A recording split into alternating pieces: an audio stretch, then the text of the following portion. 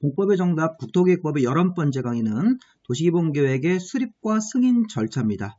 자, 도시기본계획은 어떤 절차로 수립이 되고 최종적으로 승인되는 절차를 구체적으로 보면서 시험에 나오는 핵심 내용들을 확인해 주셔야 됩니다. 시험 문제에서 여러 번 나왔고요. 자, 일단 도시기본계획 수립 절차에서 이 파란색 부분이 수립 절차, 이 노란색 부분이 이제 최종적으로 승인을 하고 외부로 공고하는 절차인데, 자, 수립권자를 먼저 볼까요? 6명이 수립하는 것이죠. 특별광역자치시와 자치도가 수립한 경우에는 제가 직접 협의와 심의까지 거친 다음에 바로 확정하게 돼 있죠. 승인 신청하지 않고. 이제 시장문수가 수립한 경우에는 도지사한테 승인 신청을 넣어야 됩니다. 그래서 기본적으로 수립권자는 6명이니까 도시기본계획은 특별광역자치시와 자치도 시장문수가 수립권자가 되어서 수립을 하기 전에 제일 먼저 기초조사부터 의무적으로 먼저 해야 되겠죠. 자, 도시기본계획 수립 대상 지역에 가서 인구, 경제, 사회, 문화 등을 조사 측량을 해야 됩니다. 자, 문제는 뭐냐면 도시기본계획 기초조사할 때 토지 적성, 재취약성 분석 같은 2성을 추가로 포함해서 도시기본계획의 기초조사를 진행해야 됩니다. 자, 도시기본계획의 수립을 위한 기초조사할 때는 광역도시계획에는 없었던 거, 기초조사에다가 토지 적성, 재취약성 분석 같은 2성을 추가적으로 포함해서 기초조사를 진행을 해야 됩니다. 다만 이 도시기본계획 2반일로부터 5년 안에 토지 적성이나 재취약성 분석 등을 먼저 실시한 경우가 있다면 포함시키지 아니할 수 있는 예외가 있었죠. 자, 이 부분을 가지고 이제 시험 문제에서 2번이나 출제했습니다. 자, 일단 시험 문제에서 기초조사에 토지 적성, 재취약성이라는 성자 들어가는 단어가 2개가 들어가는데, 자, 이걸 환경성 검토라고 바꾸시면 안 됩니다. 자, 환경성 검토가 아니라 토지 적성하고 재취약성 분석을 포함해야 된다. 그런데 자, 5년 안쪽에 자, 도시기본계획을 입안하는 날로부터 5년 안에 토지 적성이나 재취약성 등을 미리 실시한 경우라면 포함시키지 아니할 수 있는 예외가 적용될 수 있습니다. 요거 이제 미리 5년 안에 이런 자료 같은 게 있으니까 이걸 사용할 수 있으므로. 자, 그 다음에 우리가 이제 공청회를 개최해서 주민과 전문가 의견을 듣습니다. 자, 기초조사를 하고 나서 그 다음에 수립권자가 공청회를 개최해서 주민과 관계 전문가가 공청회에 참석해서 의견을 낼 수 있게끔 해가지고 주민과 관계 전문가 의견을 들어야 되는데, 자, 시험 문제에서 공청회를 생략하는 규정이 없습니다. 자, 공청회 같은 것들을 생략하고 이런 것들은 도시기본계획이나 광역도시계획에는 없습니다. 기초조사, 주민의견 청취, 협의 심의를 생략하는 규정은 없으니까 그냥 공청회를 열어서 주민과 관계 전문가 의견을 들어야 되고, 그다음에 이제 지방의회 의견도 들어야 되겠죠. 지방의회는 수립권자가 6명이니까 이 행정단위를 맞춰서 특별광역시, 자치시와 자치도, 시군, 의회 의견을 들어야 됩니다. 지방의회는 30일 안에 의견을 제시해야 되고요. 자, 수립권자가 6명 중에서 특별광역시장, 자치시와 자치도가 수립한 경우에는 승인 신청이 없고 자기 자신이 협의와 심의를 거친 다음에 협의와 심의가 통과가 되면 바로 확정이 되고 직접 공보에다 공고하고 열람을 시키는 겁니다. 특별광역자치시와 자치도가.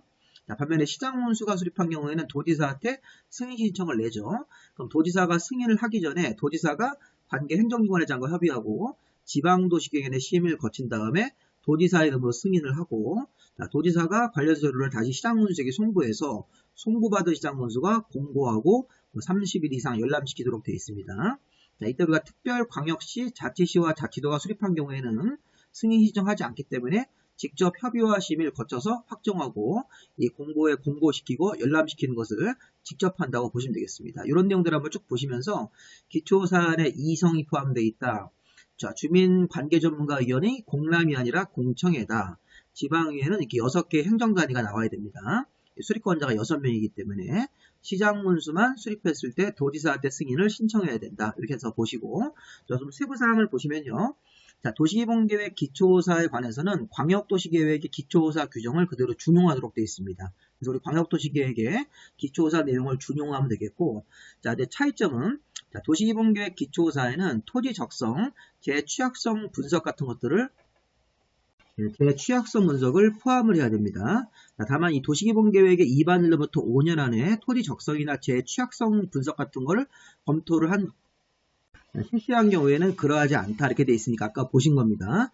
자, 여기 보시면 2성을 포함해야 된다. 광역도시계획에는 이런 게 없는데 도시기본계획 기초조사할 때는 토지 적성, 재취약성 분석을 포함해야 되고, 이 계획의 2반일로부터 5년 안에 토지 적성이나 재취약성 분석 같은 게 실시가 되어 있을 때는 포함시키지 아니할 수 있는 예외를 적용할 수가 있습니다.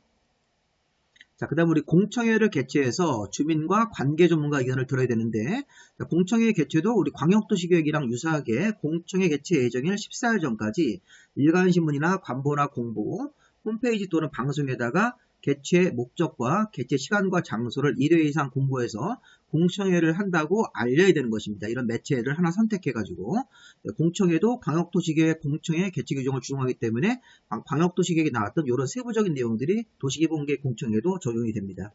자, 지방에는 특별광역자치시와 자치도 시장 군수가 수립하기 때문에 행정단위를 맞춰서 6개의 지방의회 각각 의견을 들어야 되는 것이고, 특별시는 특별시의회, 이렇게 광역시는 광역시의회, 시장은 시의회, 군이면 군의회 의견을 들어야 되고, 지방의회는 30일 안에 의견을 제시하도록 되어 있고요. 자, 그 다음에 특별광역자치시와 자치도가 수립한 경우에는 직접 협의와 심의를 거쳐서 확정하게 되어 있고, 시장문수는 도지사한테 승인을 신청하게 되어 있고, 승인 신청을 받은 도지사가 관계 행정기관장과 협의하고 지방도시계획의 심의를 거친 다음에 도지사의 이름으로 승인을 하도록 되어 있습니다. 그런 다음에 확정된 계획 승인으로 확정을 하고 송부해서 시장문수가 공고하고 열람을 시킵니다. 자, 이제 문제 한번 풀어보겠습니다. 자, 특별광역자치시와 자치도 시장문수는 도시기본계획을 수립하는 경우에 주민의견을 위한 공청회는 생략할 수 있다. 공청회 생략 규정이 도시기본계획에 없습니다. X입니다. 자, 계획의 위반일로부터 10년 안에 토지 적성 평가를 실시한 경우라면 토지 적성이나 재취약성 분석을 하지 아니할 수 있다가 아니라 5년 안에, 자, 도시기본계획의 위반일로부터 5년 안에 토지 적성 평가 등을 실시한 경우 등 대통령령이 정하는 경우가 그겁니다. 5년 안에 토지 적성이나 재취약성 분석 같은 경우를 미리 실시한 경우라면, 자, 이런 것들을 기초조사할 때 포함시키지 아니할 수 있는데 이걸 10년이라고 하시면 안 되겠습니다. X죠. 자, 그 다음에 시장문수가 도시개발계획을 최초로 수립하거나 변경 수립한 경우에도, 자, 지금 도지사랑 협의하는 게 말이 안 돼요.